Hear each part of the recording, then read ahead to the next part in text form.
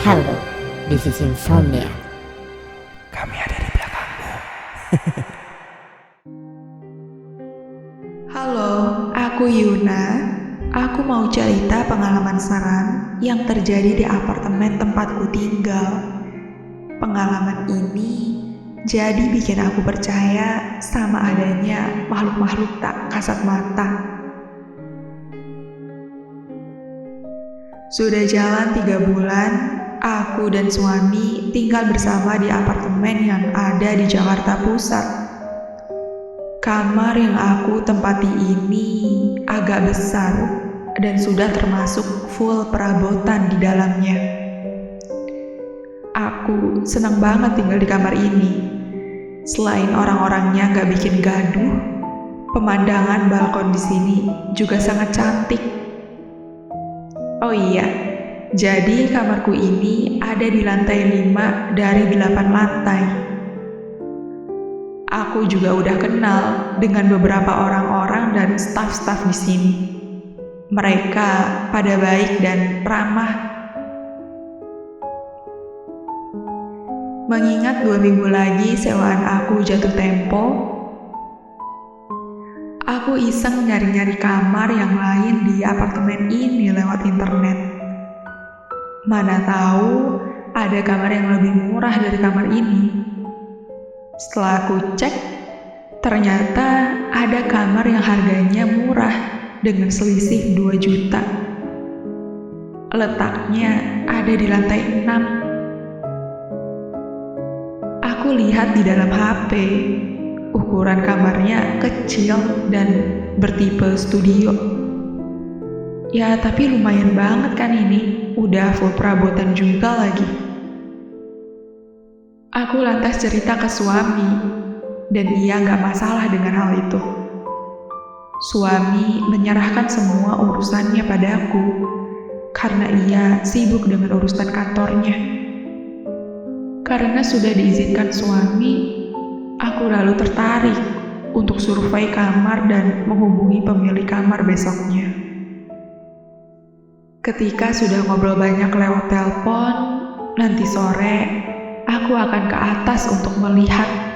Pemilik kamarnya itu ternyata seorang bapak-bapak.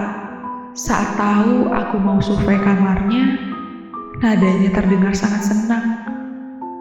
Bapak pemilik kamar itu meninggalkan kunci ke penjaga gedung untuk mempercepat proses jika ada yang ingin lihat-lihat unit, karena saat ini bapaknya tidak bisa datang. Pukul 4 sorenya, aku pun pergi ke lantai 6 lewat lift. Ketika pintu lift lantai 6 terbuka, aku keluar dan ngeliat ke seluruh lorong apartemen. Benar-benar sepi. Gak ada orang yang berlalu lalang sama sekali. Tiap sisi lorong ini ada banyak pintu kamar. Aku kemudian mencari kamar nomor 105. Saat sudah ketemu, aku nunggu di depan pintunya.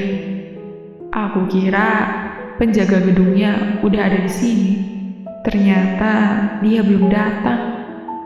5 menit aku menunggu, datanglah penjaga gedungnya.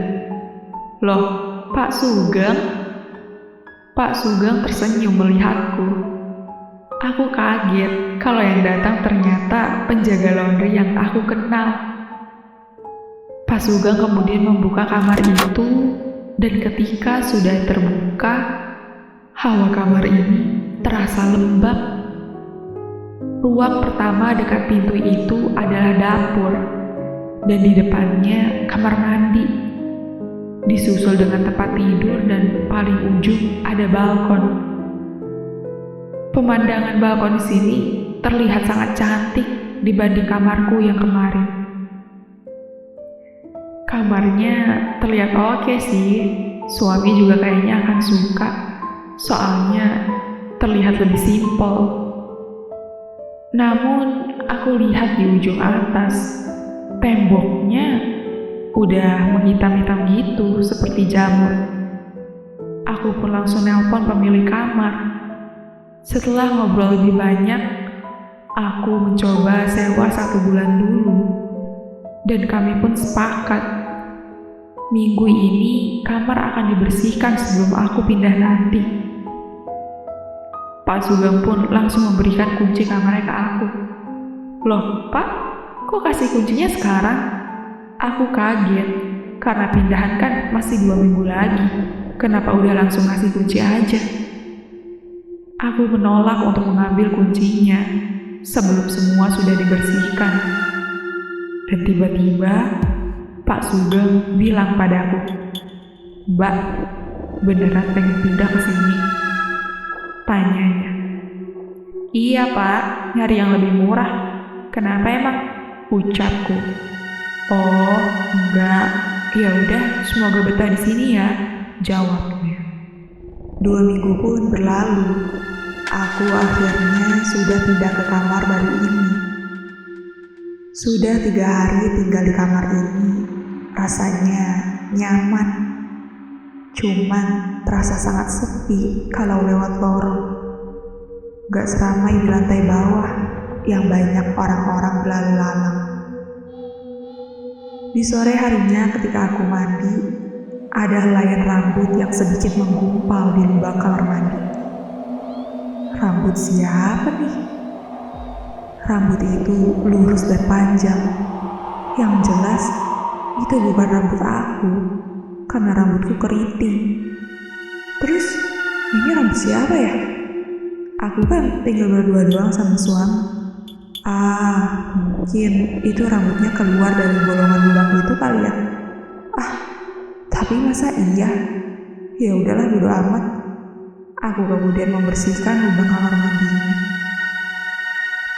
3 hari kemudian, ketika aku mau mandi sore, lagi-lagi ada rambut di lubang kamar mandi.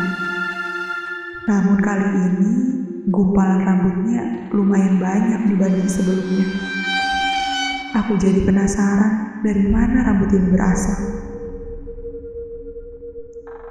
Keesokannya di hari Sabtu, suami libur bekerja. Ini adalah weekend pertama kami di kamar baru. Aku dan suami menghabiskan waktu weekend di luar sampai kami pulang pukul 8 malam di apartemen. Aku buru-buru masuk ke dalam karena kebelet buang air kecil. Pas aku sampai di kamar mandi, aku merasa lega karena gak ada gumpalan rambut hitam itu lagi. Tapi ternyata gumpalan rambut hitam itu pindah ke belakang pintu kamar mandi. Hah? Ini rambut siapa ya? Aneh banget. Aku lantas cerita ke suami saat itu juga. Tapi ia hanya merespon seadanya, seakan tidak terlalu peduli karena sedang main game. Aku kemudian membersihkan rambut itu dan lalu pergi mandi. Aduh, handuknya aku taruh di kasur lagi. Aku lantas membuka setengah pintu dan berteriak, Mas, minta tolong ambilin handuk yang ada di kasur dong." Lalu aku kembali menutup pintu dan menunggunya di dalam kamar mandi. Saat kubuka setengah, ada tangan Mas yang memberikan handuk padaku. "Makasih ya, Mas." Kemudian pintu kututup kembali dan aku pun keluar. "Mas, giliran kamu Gi mandi." Tapi aku gak melihat ada Mas di dalam kamar. "Loh, Mas kemana? Perasaan tadi lagi main game." Dan tepat saat itu juga, Mas baru masuk dari luar. "Loh, Mas, kamu dari mana?" tanyaku. "Habis dari luar, habis diajar," jawabnya singkat. "Dari luar? Emang kapan keluarnya?" tanyaku lagi. "Bukannya tadi Mas ada di dalam ya?" "Pas kamu masuk ke kamar mandi, aku keluar," jawab suami. Entah kenapa, aku merasa ada yang janggal. "Tapi Mas tadi kasih aku handuk kan?" Mas menggeleng dan ia bilang, "Aku kan di luar, ini aku baru masuk." Hah? Aku benar-benar kaget. Padahal tadi di kamar mandi ada tangan yang memberiku handuk. Itu jadi tangan siapa dong? Seketika tubuhku jadi merinding. Belum selesai masalah rambut, sekarang malah jadi kepikiran masalah tangan. Makin hari kok aku merasa ada yang aneh ya sama kamar ini. Pukul 11 malam, aku duduk di atas kasur dan suami sudah tidur duluan. Kondisi lampu sudah mati, tapi aku masih sibuk main HP. Aku tidur deh, udah malam gini. Aku lalu mematikan HP dan menaruhnya di meja samping. Ketika aku mau merebahkan badan, ekor mata kiriku menangkap sesuatu di depan kamar mandi. Ketika aku lihat, ada sosok putih-putih yang berdiri diam di situ. Jantungku mulai berdegup cepat. Itu apaan ya? Apa itu baju? Karena kondisi gelap gulita, aku gak bisa melihatnya dengan jelas. Tapi seingatku di depan kamar mandi gak ada baju yang menggantung. Aku pun menenggelamkan diriku ke kasur sambil menyelimuti sekujur badanku. Aku lalu perlahan melihat ke depan kamar mandi lagi, dan sosok putih-putih itu masih diam di situ. Tapi saat aku semakin lama melihatnya, sosok itu perlahan bergerak. Entah kenapa mataku gak bisa lepas dari sosok itu. Anehnya, sosok itu jalan dengan sangat mulus. Bahunya tidak bergerak sama sekali. Semakin mendekat, semakin terlihat jelas sosok putih-putih itu. Ia ternyata punya rambut hitam yang sangat panjang, tapi wajahnya tidak kelihatan jelas. Aku sontak langsung menarik selimut sampai wajahku tertutup. Ya Tuhan, aku benar-benar takut. Tapi rasa penasaranku jauh lebih besar. Ketika aku lihat lagi, sosok itu sudah menghilang. Besoknya, aku cerita ke suami. Tapi suami meresponku dengan bercanda. Ngeselin banget. Awas aja, nanti kamu juga kena sendiri, ucapku dalam hati. Aku semakin yakin kalau kamar yang aku tempati ini berhantu. Sudah 2 minggu lebih aku di sini. Aku menemukan banyak kejanggalan, dan kejanggalan itu semakin terlihat jelas setiap kali aku mau tidur. Pukul 9 malam, aku berusaha untuk tidur cepat, sedangkan suamiku masih bermain HP. Dini harinya, entah kenapa aku terbangun. Mata seakan dipaksa untuk terbuka. Pandanganku menghadap langit-langit atas. Dan saat aku sedang fokus melihat langit-langit, tiba-tiba ada kuntilanak yang lewat dan dia melayang di depanku.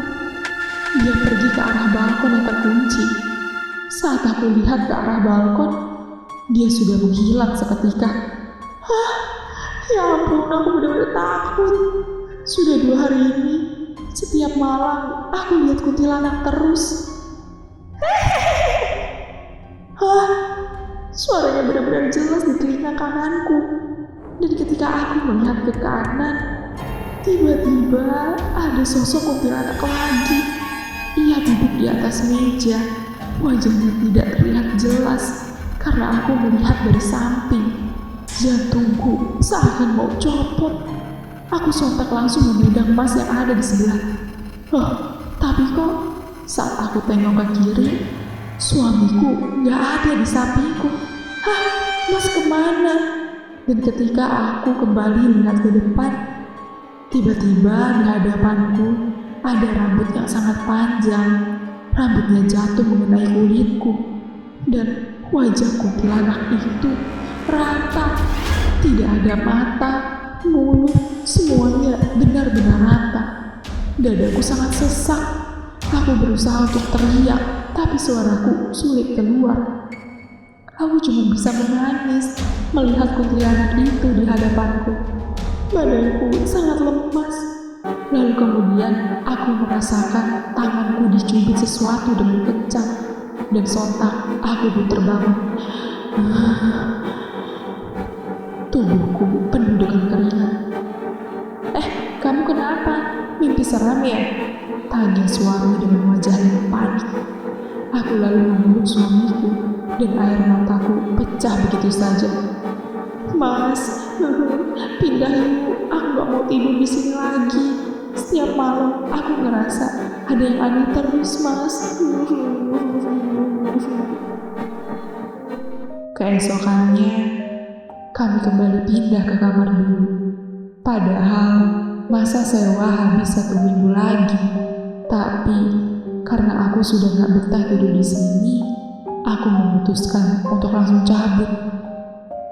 Saat pindahan, ternyata bukan aku saja yang mengalami hal mistis. Suami aku akhirnya juga cerita, dia juga pernah ngalamin satu kali. Ia pernah lihat kuntilanak berdiri di balkon secara tidak sengaja. Tuh kan, benar kataku, kalau dari awal, apartemen ini ada yang gak beres. Kami pindahan dibantu oleh Pak Sugeng lagi. Pak Sugeng gak banyak bertanya kenapa aku pindah. Sepertinya ia sudah tahu. Pak, Bapak udah tahu kamar ini ya? Pak Sugeng hanya membalas tersenyum dan bilang, ceritanya nanti aja ya, jangan di sini. Ketika semuanya sudah beres, Pak Sugeng pun cerita di dalam kamar lama kami. Ia bilang kalau kamar 105 itu tidak pernah dihuni sejak 1 tahun yang lalu. Selama waktu itu sampai sekarang, orang-orang pada sering keluar masuk sebelum jatuh tempo saking gak betahnya. Pak Sugeng sendiri juga gak tahu sejarah di balik kamar itu. Tapi sependengarannya, pernah ada wanita yang ditemukan tewas di kasur. Sejak saat itu, arwah wanita itu sering menghantui orang-orang yang tidur di atas kasurnya. Walau begitu, Pak Sugeng gak begitu yakin dengan cerita yang beredar. Yang Pak Sugeng yakini adalah kalau kamar Roni itu memiliki sirkulasi udara yang buruk, makanya banyak orang yang gak betah. Tanpa disadari, perkataan Pak Sugeng membuatku jadi semakin merinding. Pantes saja aku dihantui. Ya Tuhan. Gimana penonton untuk konten kali ini? Menurut kalian cerita ini nyata atau tidak? Jangan lupa tulis cerita horor kalian di kolom komentar.